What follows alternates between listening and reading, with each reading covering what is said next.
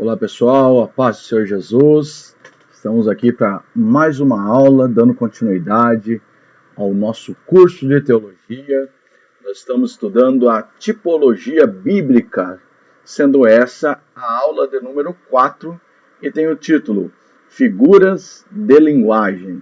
Veja que essa é uma aula muito importante no quesito da interpretação da Bíblia, né? Toda a tipologia bíblica tem uma relação muito próxima à questão da hermenêutica e da interpretação, né? Como interpretar os símbolos, como interpretar as figuras de linguagem. Então a gente vai dar prosseguimento nesse sentido. É claro que tem aí uma parte de português, né? De língua portuguesa, que a gente vai aprender junto com essa aula. Vamos lá? Então, aula 4, figuras de linguagem. Figuras de linguagem podem ser chamadas também figuras de estilo ou figuras de retórica.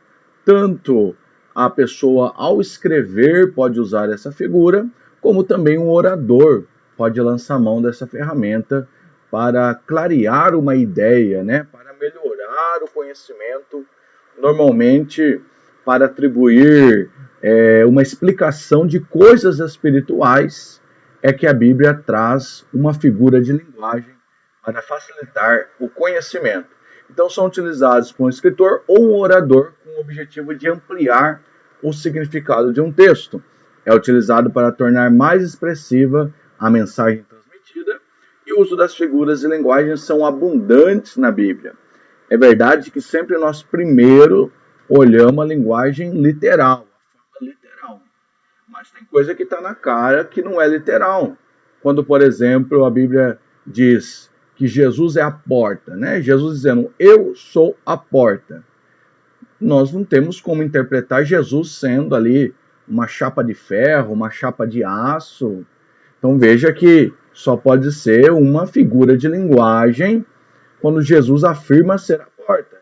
É claro que ali ele está falando a respeito dos traços que uma porta tem com o traço de Jesus, mas não todos os traços. Porque uma porta ela abre caminho para um lugar. Então Jesus abre o caminho para o céu, é o caminho para o céu. Logo, ele usa a figura de linguagem que ele é a porta. Então é um desafio procurar entender em que sentido essas palavras são empregadas no texto. Uma vez que mal interpretadas, elas podem gerar uma distorção do texto. Isso é muito sério. Aquilo que o autor escreveu para determinado destinatário, o que aquele destinatário entendeu, é a interpretação que nós devemos entender. Então, se o esposo deixou um recado para a esposa, dizendo, hoje eu chegarei mais tarde, porque passarei no supermercado. Então, ele deixou esse recado para a esposa. A esposa entendeu o quê? Que ele chegaria mais tarde em casa, porque no caminho passaria no supermercado. Eu, ao ler esse recado, não posso entender nada diferente do que a esposa entendeu. Não posso inventar uma interpretação, porque a interpretação fiel é aquilo que a esposa recebeu de mensagem.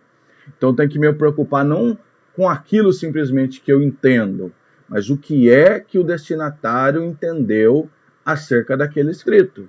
E muitas vezes vai ter a figura de linguagem aparecendo aí. Então, um exemplo aí, João capítulo 1, verso 29. No dia seguinte, João viu a Jesus, que vinha para ele. E ele disse, eis o Cordeiro de Deus, que tira o pecado do mundo. É claro que o texto aí não está dizendo que Jesus é um animalzinho, é um cordeirinho. Mas é claro que por trás desse cordeiro tem um significado muito profundo. E aí a gente vê na tipologia bíblica o cordeiro sacrificado por Moisés, o cordeiro pascal e tudo o que remeteu, né, o livramento através do sangue daquele cordeiro.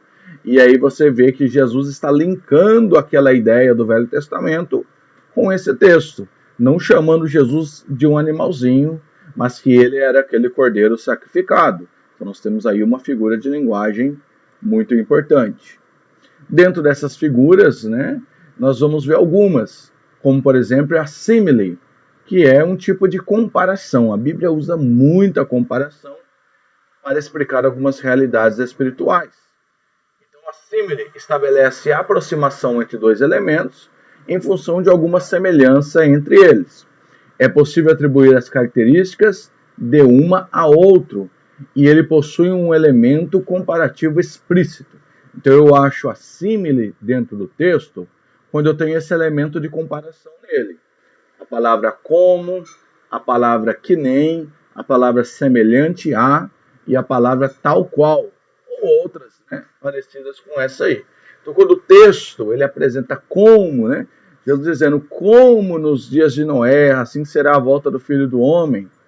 Então como é o elemento comparativo explícito que está ligando os dias de Noé à vinda de Jesus. Então, logo, as pessoas não sabiam como é a vinda de Jesus, mas tinham a ideia do que era os dias de Noé. Então, ele consegue fazer, por essa semelhança, essa comparação, entender a mensagem de Jesus.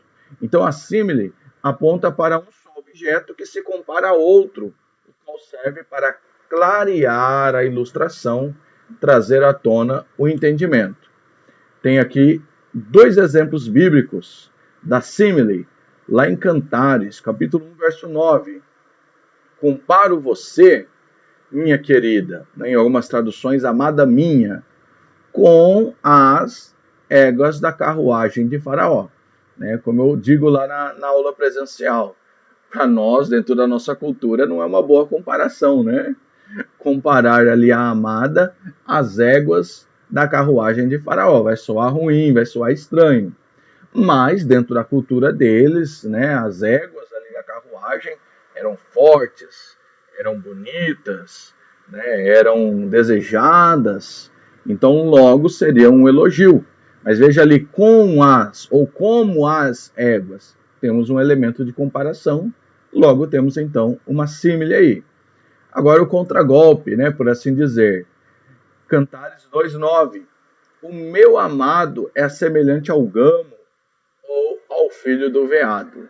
Também não caberia muito dentro da nossa cultura essa comparação. Mas está falando da beleza, do andar, principalmente do gamo, né? Que é ali o filho do veado nessa tradução. Mas semelhante ao, veja, comparando o amado ao gamo. Vemos mais uma vez o símile. Espero que os irmãos estejam entendendo. A ideia não é muito difícil, não. É fácil você pegar essa ideia. Eu vou usar aqui várias tirinhas, trazidas aí de livros e da internet, para trazer uma ideia melhor dessas figuras de linguagem. Então, tenho aqui uma tirinha que vai ficar muito claro essa ideia da símile. Acorda, Armando. Você não sabe que o amor é como uma flor? Se não for regada e bem cuidada, ela murcha e morre. O Armando não entendeu. Mas veja que ela está comparando o amor à flor. E ali ela muda a símile. O amor é como o motor do carro, Armando. Se não trocar o óleo e não cuidar da mecânica, uma hora ele não funciona mais. Então agora ela mudou a símile, né? Comparou o amor ao cuidado ali do motor do carro. Então a símile é uma comparação, como ficou claro aí. Vou deixar aqui a sugestão de alguns exercícios. Encontre 3 versículos bíblicos com símile. Então, você quiser parar o vídeo agora e tentar fazer como nós fizemos na aula presencial, pegue ali o evangelho, pegue um capítulo ali de Lucas, de João, em um texto que você lê, principalmente nas parábolas de Jesus, você vai encontrar o semelhante, o tal qual, o como há, e aí você vai encontrar esses versículos bíblicos que têm uma símile. Se você tem um material, nosso livro em mãos, você também vai encontrar no nosso material vários outros exemplos de símile também. Ok? Vamos lá, vamos seguir? Figuras de palavras. E nós vamos falar agora da metáfora. A metáfora é muito semelhante à símile. Para a gente conseguir diferenciar uma de outra, é que a metáfora não tem aquelas palavras que deixam explícita a ideia da comparação. Então não vai aparecer o como, o tal qual, essas palavras não aparecem na metáfora. Então, quando um termo é usado com significado diferente do habitual, então ele está empregando uma palavra que normalmente aquela palavra não seria usada naquele sentido. Isso é uma metáfora. A metáfora é muito comum no nosso dia a dia. As propagandas carregam bastante metáfora, os textos têm essas metáforas. Tá? Então, é muito parecido com a símile, porém sem o uso dos termos comparativos. Vamos comparar ali a símile com a metáfora. Maria é como uma flor. Veja que nós temos ali o como. Logo, esse texto é uma comparação, é uma símile. Se for uma metáfora, Maria é uma flor. Não aparece a palavra como. Essa é a diferença da metáfora para a símile. Então, ele está comparando com a flor, afirmando ela ser uma flor. É claro que não são todos os traços da flor que está em Maria, mas alguma coisa da flor está em Maria, e essa é a ideia da metáfora. Eu coloquei inclusive aqui a comparação. Então, Maria é uma pessoa, a flor é uma planta. Qual é o traço comum entre os dois nessa frase Maria é uma flor? Logo, a beleza. Maria pode ter beleza, assim como a flor também tem uma beleza. Logo, isso é uma metáfora. Vamos ver mais a respeito? Olha só essa frase. O sistema penitenciário brasileiro é uma panela de pressão. Quando você pega a palavra panela de pressão, você tem uma ideia. Mas aqui ela está sendo usada com uma ideia fora do original. Não para cozinhar as coisas, mas na ideia de algo que vai explodir. Então, o sistema penitenciário brasileiro é uma panela de pressão, tem aí a charge, ou seja, está pronta a explodir a qualquer momento, tem pressão dentro dela. Isso também é uma metáfora. Vamos algumas metáforas de propaganda, é muito comum na propaganda, como aqui do banco. Não dá para confiar em qualquer banco. Banco é um lugar de sentar. Ele está usando aqui até a imagem de um banco de lugar de sentar, mas dando a ideia de um banco, né, de uma organização financeira. Então você não pode sentar em qualquer banco, você não pode usar qualquer banco. É a ideia da metáfora aqui. Olha só esse aqui de um carro, falando que esse carro tem muitos cavalos de potência. Então foi usado ali os cavalos. É uma imagem que também carrega uma metáfora. Outra metáfora em propaganda. Banho e tosa. Aqui o seu cão sai um gato. Olha que inteligente. Então a metáfora é usar ali o gato.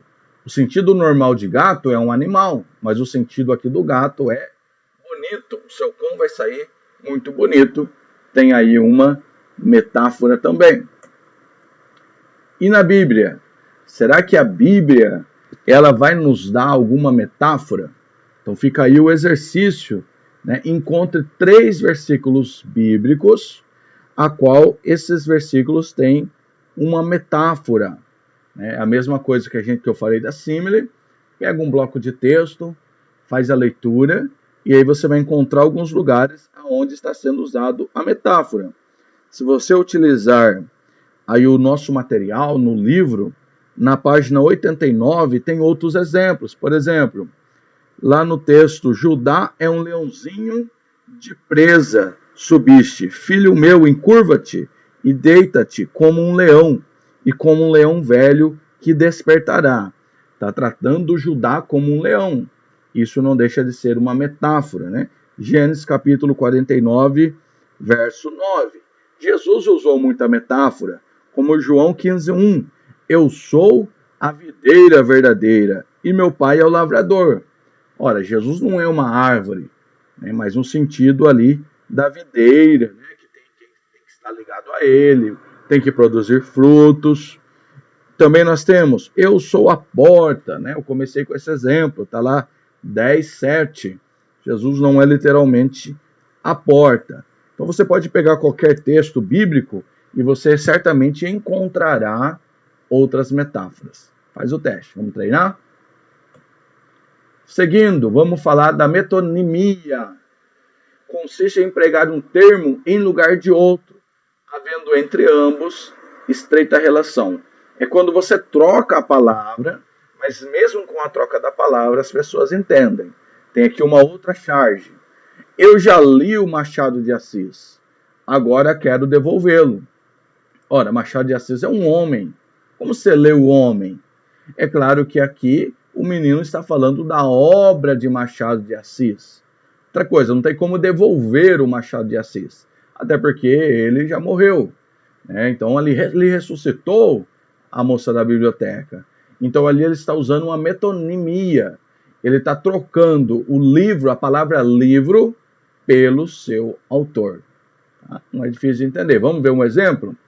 João pediu a mão de Maria em casamento. Será que João só queria a mão de Maria?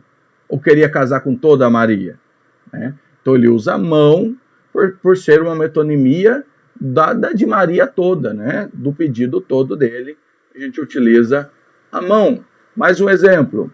Tenho muitas cabeças de vaca na minha fazenda. Será que o autor dessa frase só tem a cabeça ou tem a vaca toda? Então ele tomou a vaca, a cabeça da vaca, mas dando a ideia da vaca inteira. Também a gente usa muito isso com marcas de produtos. Essa receita pede leite moça,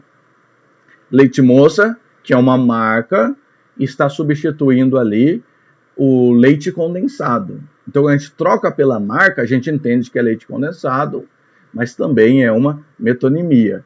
Tá bom? Outras coisas, como vamos lá comprar um Bombril. A gente usa Bombril, dificilmente a gente usa esponja de aço. Também está acontecendo a mesma coisa. Olha essas outras duas frases. Precisamos cuidar da infância. O que ele quer dizer ali no lugar de infância? Precisamos cuidar das crianças.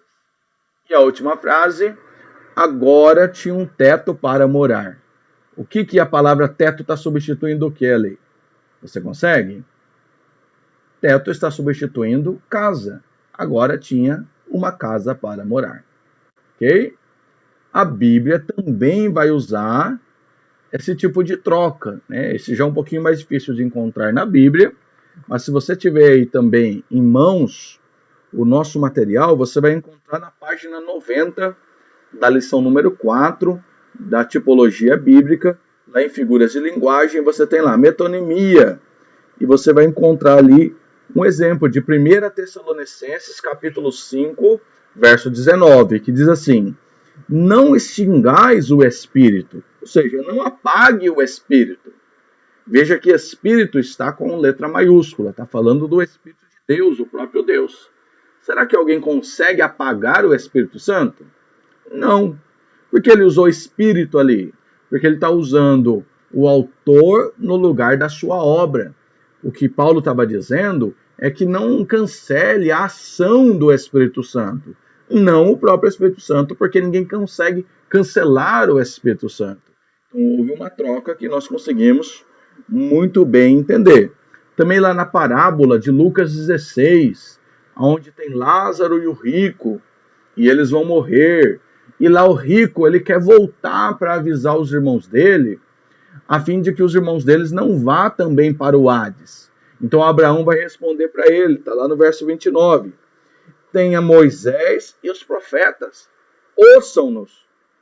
No tempo de Jesus, Moisés já tinha morrido. Como que Abraão está dizendo que tem Moisés? É claro que ele estava dizendo a respeito da lei de Moisés. Então ele usa Moisés no lugar do termo lei. Convido você também a pegar algum outro texto. Nosso livro tem outros exemplos. 1 Coríntios 10, 21, Oséias 1, 2, Mateus 3, 5. Mas pegue um texto bíblico e procure aí aonde a Bíblia troca esse termo, que é uma metonimia. Ok? Vamos seguir? Figuras de palavras. Vamos falar daquilo que é chamado de personificação, mas é muito conhecido como prosopopeia também. É quando se atribui ao personagem inanimado qualidades, ações ou sentimentos humanos. É quando eu dou voz a uma porta, a uma parede, ou no exemplo que eu tenho aqui, a lua e o sol. Veja a tirinha. A lua confessou a sua paixão pelo sol, mas ficou triste por não poder vê-lo à noite. Ora, onde está aí a prosopopeia? A lua confessou, a lua não fala, a lua não confessa. Sua paixão, a lua não tem sentimento. Tem sentimento é homem. E ela ficou triste. Não tem como a lua ficar triste. Então eu estou dando sentimento a um objeto inanimado ou irracional. Um sentimento de homem. Isso é chamado prosopopeia. Sabia que a Bíblia também apresenta a prosopopeia? Você vai ver daqui a pouco. Olha outro exemplo. O senhor pega o Wi-Fi, tá aqui uma charge, um celular moderno, falando ali para um telefone antigo, cheio de teias de aranha, e ali aparece um outro, parece ser um tablet, dizendo: respeita seu avô, moleque. Onde está a prosopopeia? Esses equipamentos não falam. Esses equipamentos não conseguem respeitar um ao outro. Não tem diálogo entre eles. Então você vê a prosopopeia também nessa charge. Olha só, aqui eu tenho alguns exemplos. Encontre a prosopopeia nos seguintes versículos.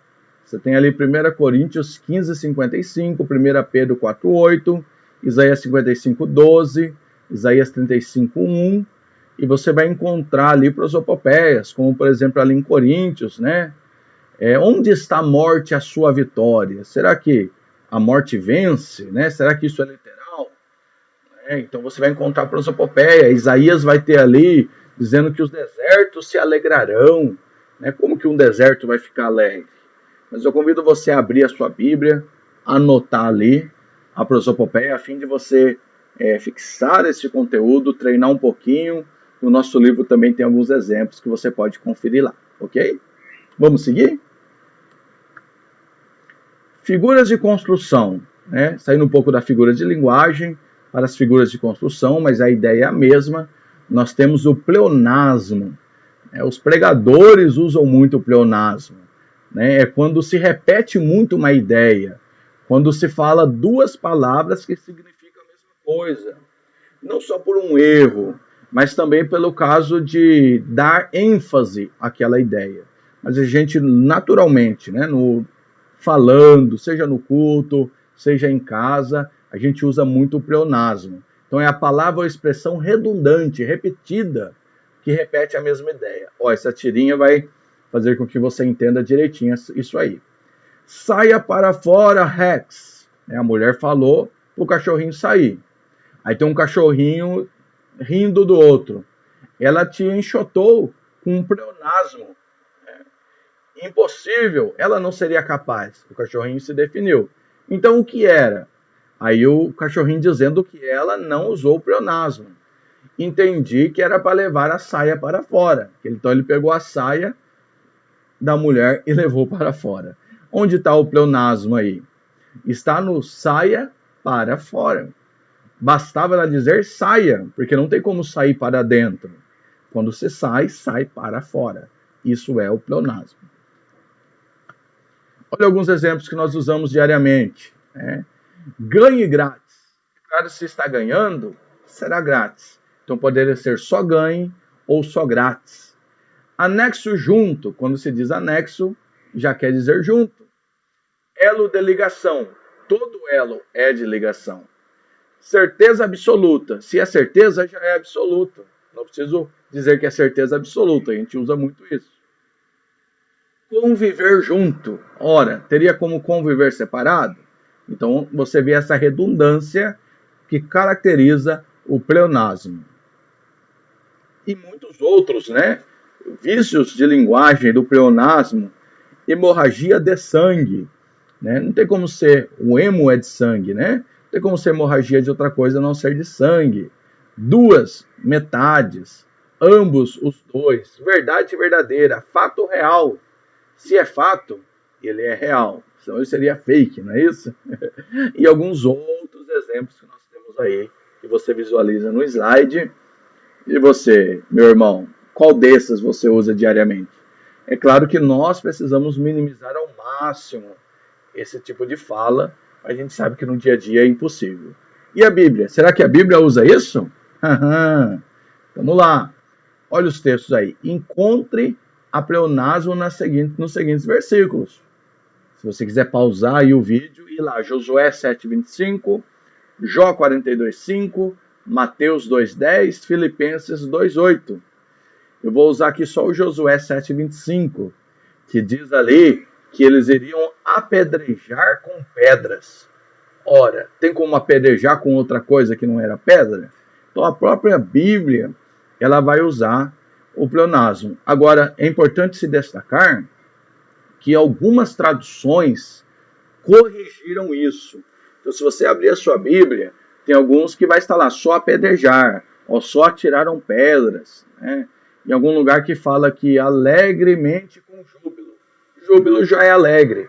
Então tem tradução que coloca com grande alegria, ao invés de usar o pleonasmo. Mas convido você a conferir aí na sua Bíblia como que tá, ok?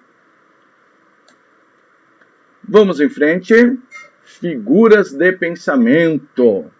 Aqui já tem uma relação mais próxima com a nossa teologia, não é só língua portuguesa, porque isso explica bastante coisa. Você já ouviu falar da palavra antropomorfismo?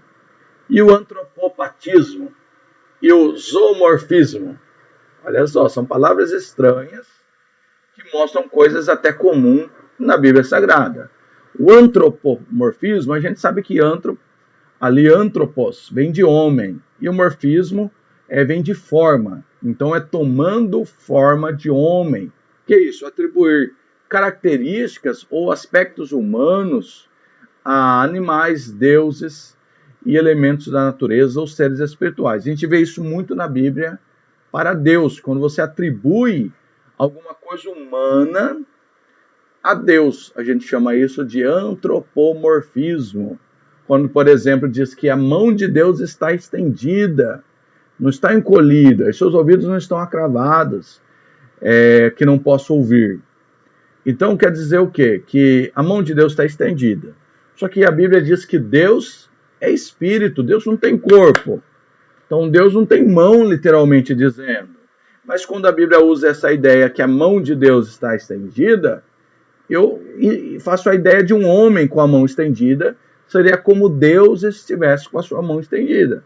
Mas um espírito que é Deus, não necessariamente ele tem mãos. Então a gente chama isso de antropomorfismo. A Bíblia usa essa linguagem porque senão seria muito difícil a gente entender algumas ações de Deus. E o antropopatismo, muito semelhante ao antropomorfismo, mas ele fala muito de sentimentos.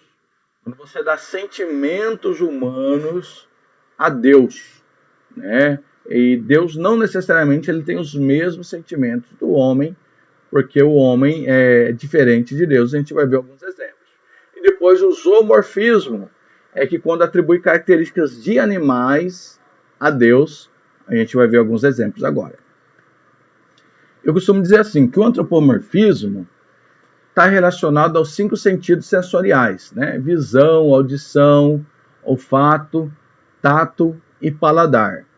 Então, quando a Bíblia mostra Deus olhando, Deus vendo, Deus sentindo o cheiro, Deus tocando, é o antropomorfismo. Olha o exemplo aí de Gênesis 8:21.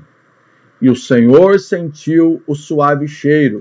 O Senhor disse em seu coração, não tornarei mais a amaldiçoar a terra por causa do homem. Deus tem nariz para sentir o cheiro? Deus necessariamente tem um coração de carne? Não. Então isso é o antropomorfismo. Aqui é importante destacar que às vezes as pessoas acham que quando a Bíblia diz que Deus fez o homem à sua imagem e semelhança, acreditam que o homem é uma réplica de Deus, que Deus teria cabeça, olho, nariz, pernas, braços. Mas a maior parte dos teólogos vai entender que um ser espiritual como Deus não tem necessariamente esses membros, esse corpo físico. Jesus, quando encarnou, passou a ter, mas na criação não teria. Tá? Então, a imagem e a semelhança está muito ligada ao caráter de Deus que está em nós. Os também chamados atributos comunicáveis de Deus, como a noção, né, de justiça, santidade, a inteligência, está em Deus, está em nós. Isso seria os principais fatores do que nós chamamos de imagem e semelhança de Deus. Se você tem o nosso material, página 94, tem mais alguns detalhes acerca do antropomorfismo, ok? E o antropopatismo, como eu falei, é quando dá sentimento humano a Deus, quando diz que o Espírito de Deus se entristeceu. Não é claro que a tristeza ali não é como uma tristeza humana. Né? Então, olha Gênesis 2:2. E havendo Deus acabado no dia sétimo, a obra que fizera, descansou no sétimo dia de toda a sua obra que tinha feito. Ora, Deus cansa? Como que Deus descansa? Não é? Então, isso é o antropopatismo, para que a gente entenda, né, que ele descansou, ele parou, finalizou a obra, não voltou a mexer naquela obra. Então, a gente tem um sentimento de homem empregado em Deus, para que a gente consiga entender ali o sentimento de Deus. É como se você olhar os textos de 1 Samuel 15:35, Gênesis capítulo 6, verso 6, 2 Samuel 24:16. O que esses textos têm em comum? Esses textos estão dizendo que Deus se arrependeu. Se arrependeu de consagrar Saul, arrependeu de ter criado o homem. Você vai ter lá em Jonas também, que Deus se arrependeu do mal que ia fazer aos ninivitas. Mas seja sincero, você acha que Deus se arrepende? Deus faz alguma coisa e depois ele volta atrás? E se você confrontar esses textos com números, que vai dizer que Deus não é homem para que minta, nem filho do homem para que se arrependa. E agora os textos estão dizendo que ele se arrepende. Como que você explicaria isso, meu irmão? Deus não se arrepende. Mas como que o texto está dizendo que ele se arrepende? Aí você tem o que nós acabamos de estudar. É o fato do antropopatismo, aonde emprega sentimentos humanos a Deus. Porque era uma forma mais fácil do autor explicar que Deus se arrependeu. Mas arrependimento fala da frustração. É claro que Deus já sabia que Saul ia desobedecer, sabia que o homem ia cair, ia fazer mal. Deus já sabia por antecedência. Mas o se arrepender mostra o sentimento de Deus, né? Como, ora, eu sabia que vocês iam fracassar e vocês fracassaram mesmo. Mas para que a gente entenda, essa decepção de Deus, né? Não era para ser assim, eu não criei vocês para isso. O autor utiliza a palavra arrepender. Olha só aqui mais uma explicação. Quando a Bíblia se refere ao arrependimento de Deus, é para dizer que o juízo de Deus é condicionado à reação positiva ou negativa do homem. Ou seja, Deus não queria condenar o homem, Deus não queria punir o homem. Quando ele se arrepende, quer dizer, eu vou ter que punir vocês de acordo com a posição negativa, com a posição de desobediência a Deus. O nosso livro, na página 95, vai detalhar, inclusive, o original da palavra arrepender, como é traduzido. A palavra arrepender, quando é do homem, é uma palavra. Quando ela diz arrependimento de Deus, ali você usa no hebraico uma outra palavra. Então, na verdade, não é que Deus mudou de pensamento, mas é uma mudança de cumprimento. Era promessa, agora virou juízo. Essa é a ideia de arrepender. O mesmo vai acontecer quando a Bíblia fala de Deus irado. Quando se fala da ira humana, é uma ira sem medir consequências, é uma ira cega, uma ira insensata, impulsiva, né? Bate em quem estiver na frente, mata um se possível. É claro que a ira de Deus não é essa. A ira de Deus é uma ira justa. A ira de Deus é uma resposta à desobediência do homem, à perversidade moral. Então aí também nós estamos usando o antropopatismo para falar que Deus se ira. E o zoomorfismo, né? Tem aí o texto Salmo 91:4, conhecido Salmo 91. E ele te cobrirá com as suas penas e debaixo das suas asas te confiarás, né? Ou estarás seguro. Então está dando ali algo de animal, uma característica de animal para Deus. É o zoomorfismo, né? Deus não tem pena, Deus não tem asa, mas ele usa essa linguagem para expressar o cuidado de Deus. Jesus falou isso também, né? Dizendo: ó Jerusalém, Jerusalém, quantas vezes eu quis te colocar debaixo das minhas asas, assim como a galinha junto aos seus pintinhos. Jesus não tem asa, né? Então também o zoomorfismo acontecendo aí Em outros lugares da Bíblia você vai ver essa verdade. Vamos para a ironia, também chamada antífrase. A ironia é mais comum, a gente usa a ironia no dia a dia. A mãe, quando o filho ele pede para comprar alguma coisa, a mãe fala, não, eu vou comprar tudo. Mãe, compra um sorvete, e ela sem dinheiro diz, eu vou comprar a sorveteria toda para você. Ela está usando uma ironia. E aqui, olha só, você é ateu? Aí o ateu irônico, sou, graças a Deus. Está empregada a ironia. A Bíblia também mostra a ironia. Mateus 27, 29. E tecendo uma coroa de espinhos, puseram na cabeça, e em sua mão direita uma cana. E ajoelhando diante dele, o escarneciam, dizendo, salve, rei dos judeus. Os soldados ali, zombando de Jesus, uma ironia, fingindo que estava servindo a Jesus. Você vai ter ali Elias, lá em Reis, quando ele tem um desafio ali contra os profetas de Baal e de Azera, e eles clamam, e Baal não responde. Aí ele vai dizer assim, clamem mais alto, talvez ele esteja surdo, talvez ele foi viajar. Elias estava ali irônico, A ironia tem um tom de zombaria. Mais algumas, aqui rapidamente para a gente partir para o final. O apóstrofe, referência direta a um objeto como se fosse uma pessoa. É quando alguém conversa com a parede. A expressão converse com a minha mão, converse com objetos que não pode responder. Isso é chamado apóstrofe. Nós temos ali o Salmo 114:5. Que tiveste tu, ó mar, que fugiste, e tu, ó Jordão, que voltaste para trás? Não tem como, o mar e o Jordão responder ao salmista. Eufemismo busca suavizar uma expressão por meio do uso de termos mais agradáveis. Então, para deixar mais sutil uma verdade, o autor troca por uma outra palavra. Olha o que Paulo diz, 1 Tessalonicenses 4:13. Não quero, porém, irmãos, que sejais ignorantes acerca dos que dormem. Será que Paulo está dizendo de gente que estava roncando ali, dormindo? Dormem ali é um eufemismo. A gente sabe que eles estavam mortos. Também Mateus 1:25. E não a conheceu até que deu à luz o seu filho primogênito e pôs o nome de Jesus. A Bíblia usa muito o eufemismo para falar acerca de relações sexuais.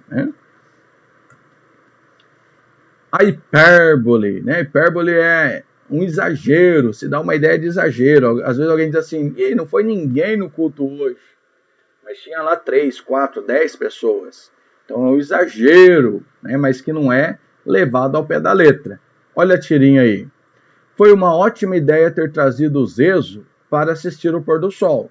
Aí ele responde, há séculos que eu não via ele tão calmo e bem-humorado. Será que alguém ficar há séculos calmo, sem estar calmo e sem estar bem-humorado? Houve exagero, séculos ali não é literal, é um bom tempo. A Bíblia usa isso também. Portanto, se o teu olho direito te escandalizar, arranca-o, atira para longe de ti, pois é melhor que perca um dos teus membros do que seja todo o teu corpo lançado no inferno. Será que Jesus estava dizendo isso literal ou era um exagero? É claro que era um exagero, senão na igreja a gente ia ter que arrancar o olho um do outro e jogar fora. Então é um exagero. Tome cuidado com o teu olho, cuidado para o olho não te levar para o inferno. Logo ali é uma hipérbole. João, o evangelista, também usou uma hipérbole quando ele diz, cuido que nem todos os livros seriam capazes de descrever todas as obras de Jesus. Está dizendo que Jesus fez muita coisa que não foi escrito, dando ali o exagero que todos os livros do mundo não iriam descrever os 3 anos e meio do ministério de Jesus. Veja mais uma vez o exagero, ok? Então com isso a gente finaliza aí essa aula das figuras de linguagem, Leia o material, pesquise mais sobre o assunto, faça os exercícios, qualquer dúvida você pode nos encaminhar, será um prazer aí responder aos irmãos. Que Deus em Cristo abençoe mais e mais a vida dos irmãos. Obrigado aí pela atenção. Fiquem na paz do Senhor Jesus. Tchau.